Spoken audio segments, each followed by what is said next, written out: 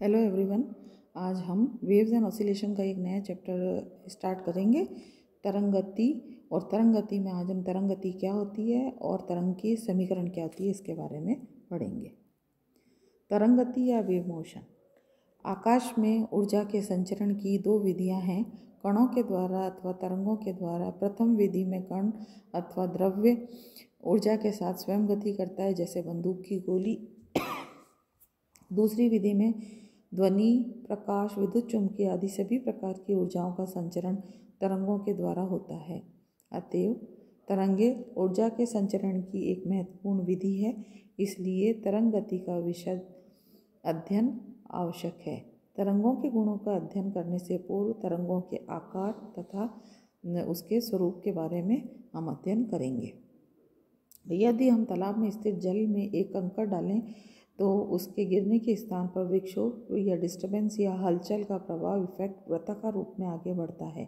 इस प्रकार के विक्षोभ प्रभावित जल में पृष्ठ पर कागज का टुकड़ा डालें तो कागज का टुकड़ा विक्षोभ के साथ गति न करके अपने ही स्थान पर ऊपर नीचे आवर्तिक या पीरियोडिक गति करता रहता है। अतः स्पष्ट है कि जल में विक्षोभ एक स्थान से दूसरे स्थान की ओर गति करता है, परंतु जल के कण विक्षोभ के साथ गति नहीं करते और अपने ही स्थान पर आवर्ती गति करते हैं। संक्षेप में, जब किसी स्थान पर किसी समय उत्पन्न विक्षोभ या कोई भौतिकीय घटना दूसरे स्थान पर निश्चित समय के पश्चात प्रेक्षित हो और यह समय अंतराल इन स्थितियों के मध्य दूरी के अनुक्रमानुपाती हो तो विक्षोभ संचरण की विधि तरंग गति कहलाती है।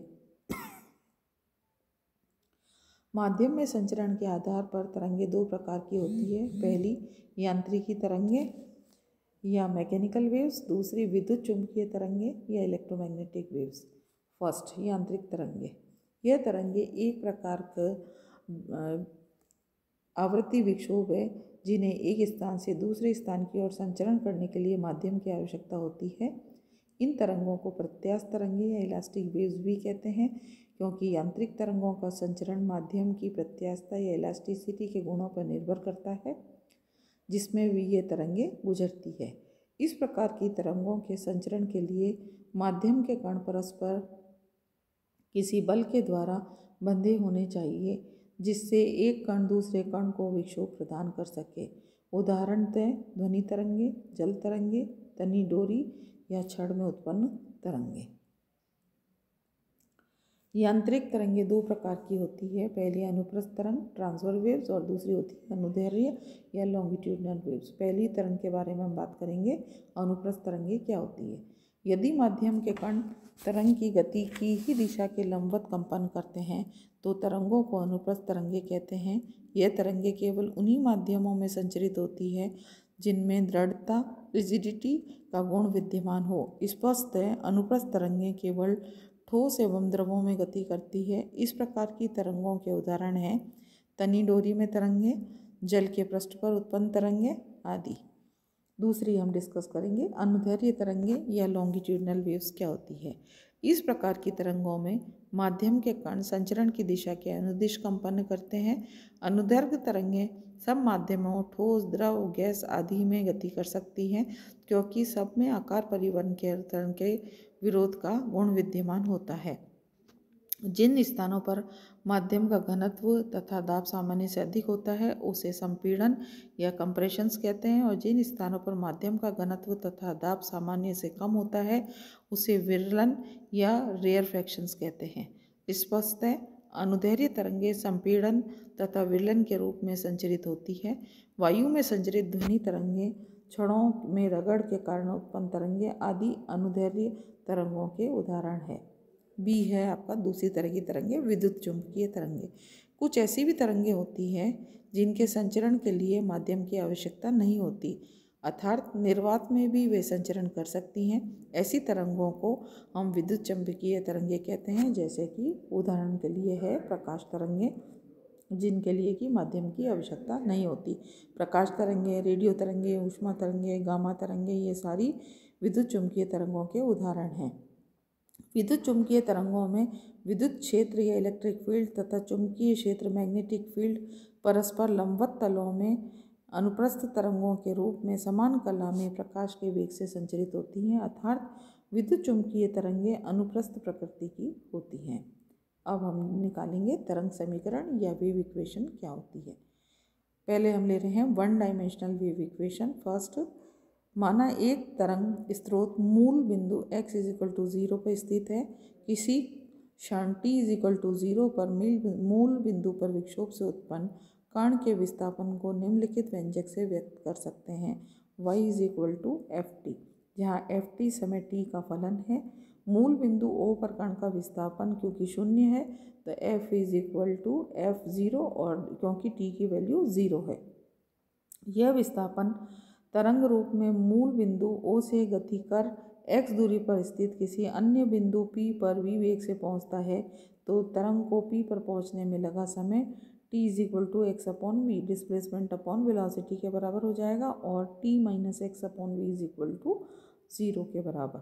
अब हमने ये ग्राफ है, इससे देखिए कि O है, इसमें ये 0 पे है, ये x डायरेक्शन है, यहाँ से इधर विस्थापन दिखाया है हमने और इधर डिस्प्ले, ये x डिस्टेंस इन दोनों के बीच का है। किसी बिंदु P पर तरंग के कारण विक्षोभ उतना ही होता है जितना कि बिंदु P पर x/b समय पहले होता है, अर्थात t समय में बिंदु P पर विस्थापन y = f t - x/v के बराबर। Equation number 1। इसी प्रकार अगर x दिशा में संचरण कर रही तरंग का समीकरण हो जाएगा y = हमने दूसरा फंक्शन ले लिया g t + x/v। यहाँ फलन g समय t का अन्य फलन है। अब हम यहाँ पे लेंगे, अतः x दिशा में संचरण करने वाली तरंग का जनरल इक्वेशन क्या हो गई, दोनों को टोटल कर देंगे इक्वेशन 1 और 2 को। तो y = f t - x/v + g t + v/x, जिसे समीकरण 3 से प्रदर्शित किया है। यहाँ विस्थापन y, दूरी x तथा समय t का फलन है तथा f और g तरंग के दो अज्ञात फलन जो हैं, इनसे अगर हम इसके लिए इक्वेशन लिखें तो ये हो जाएगा आपका t - x/v = u तथा dx/du = -v और d/dt = 1। इसी प्रकार t + x/v = w, तो dt/dw = 1 तथा dx/dw = v हो। ये दोनों वैल्यूज़ हम इक्वेशन जो हमने 3 है, तो y कितनी हो गई हमारी, y = f function of u + g function of w।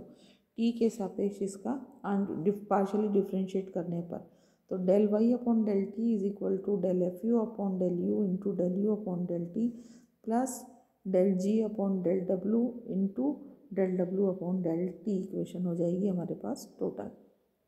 समीकरण 4 तथा 5 में रखने पर तो del y/del t = del fu/del u plus del gw/del w, पुनः t के सापेक्ष अवकलन करने पर डेल्टा 2y/डेल्टा t स्क्वायर = डेल्टा 2fu/डेल्टा u स्क्वायर प्लस डेल्टा 2gw/डेल्टा w स्क्वायर, जिसे समीकरण 7 से प्रदर्शित किया गया है।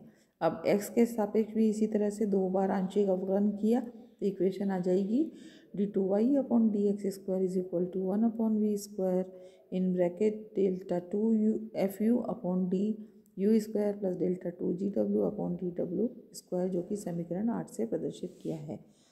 समीकरण जो 7 है, इससे जो वैल्यू आई है हमारे पास वो समीकरण 8 में रखने पर तो d2u/dx² के हो जाएगा। समीकरण 7 को 8 में रख दिया तो d2y/dt² = v स्क्वायर d2y/dx² के बराबर हो जाएगी। इस इक्वेशन में ये वैल्यू यहाँ रख दी, समीकरण 7 और 8 को मिला के सॉल्व किया। यह समीकरण 9 जो आ रहा है हमारे पास, यह एक विमीय तरंग संचरण का अवकल समीकरण या डिफरेंशियल इक्वेशन है, जिसमें हम इक्वेशन निकाल सकते हैं कि अतः तरंग संचरण के वेग का मान ज्ञात करने के लिए इस समीकरण को हल नहीं करना पड़ता। यही इसी समीकरण का महत्व है। चूँकि अल्प विस्थापन के लिए d2y/dx² तरंग के विस्थापन वक्र की त्रिज्या वक्रता त्रिज्या को व्यक्त करती है, इसलिए तरंग के अवकल समीकरण 9 को निम्न तरीके से भी व्यक्त किया जा सकता है। किसी बिंदु पर कण का त्वरण = वेग स्क्वायर इसी बिंदु पर विस्थापन वक्र की वक्रता त्रिज्या के बराबर। जो हम वर्ड्स में लिखेंगे इस इक्वेशन को, जो कि हमने यहाँ ये इक्वेशन लिखी है, इक्वेशन 9, इसको शब्दों में इस तरह से हम लिख सकते हैं। हम यह भी सिद्ध कर सकते हैं कि समीकरण 9 का सार्वत्रिक सरल हल समय तथा दूरी के जैवक्रिय परिवर्तन के रूप में निम्नलिखित तरीके से लिखा जा सकता है। उसका solution y = a sin omega t minus k x और y = a cos of omega t minus k x. यहाँ पे अगर हमने इस तरह से इस इक्वेशन को हम 9 को जैवक्रिय रूप में साइन और कॉस के टर्म्स में इस तरह से लिख सकते हैं। यहाँ ए ओमेगा तथा के क्रमशः तरंग के आयाम, कोणीय आवृत्ति एवं तरंग संचरण नियतांक हैं। यह दिखाने के लिए समीकरण 10 वास्तव में समीकरण 9 का हल है। हम समीकरण 10 का दूरी x और t के साथ 2 बार अवकलन करते हैं। तो पहले dy/dt निकाला तो a cos omega t minus dx, फिर इसको एक बार और डिफ्रेंशिएट किया तो d2y/dt square is equal to minus a omega square sine of omega t minus k x is equal to minus omega square y, तथा dy/dx क्या है हमारे पास, minus k a cos of omega t minus k x. तो इसको फिर एक बार differentiate किया तो d2y/dt dx स्क्वायर आ गया हमारे पास minus k square a sine of omega t minus k x is equal to minus k square y, और y इज इक्वल टू -1/ओमेगा स्क्वायर d2y/dt स्क्वायर। और फर्दर इसको जब सॉल्व किया हमने इक्वेशन को पुरानी इक्वेशंस की हेल्प से, तो 1/k स्क्वायर d2y/dx स्क्वायर के बराबर हो गया ये, या d2y/dt square is equal to omega square upon k square d2y/dx square. अब चूँकि omega upon k is equal to 2πn/2π/λ है, तो ये किसके बराबर हो गया, 2π कैंसिल होगी तो that means n lambda is equal to v velocity होता है। तो d2y/dt स्क्वायर, तो इस वे की वैल्यू रखेंगे तो वही v स्क्वायर d2y/dx स्क्वायर। तो वापस वही इक्वेशन आ गई हमारे पास। यह समीकरण 9 का सर्वसम है, अतः समीकरण 10 वास्तव में समीकरण 9 का हल होती है। अब इसको हम कैसे लिख सकते हैं, d2y/dx स्क्वायर जो है ये इसका समीकरण जो है वो वास्तव में इस समीकरण का हल होगा। इस तरह से हमने आज जो इक्वेशन ऑब्टेन की है वो है wave equation in 1 dimensional motion के लिए।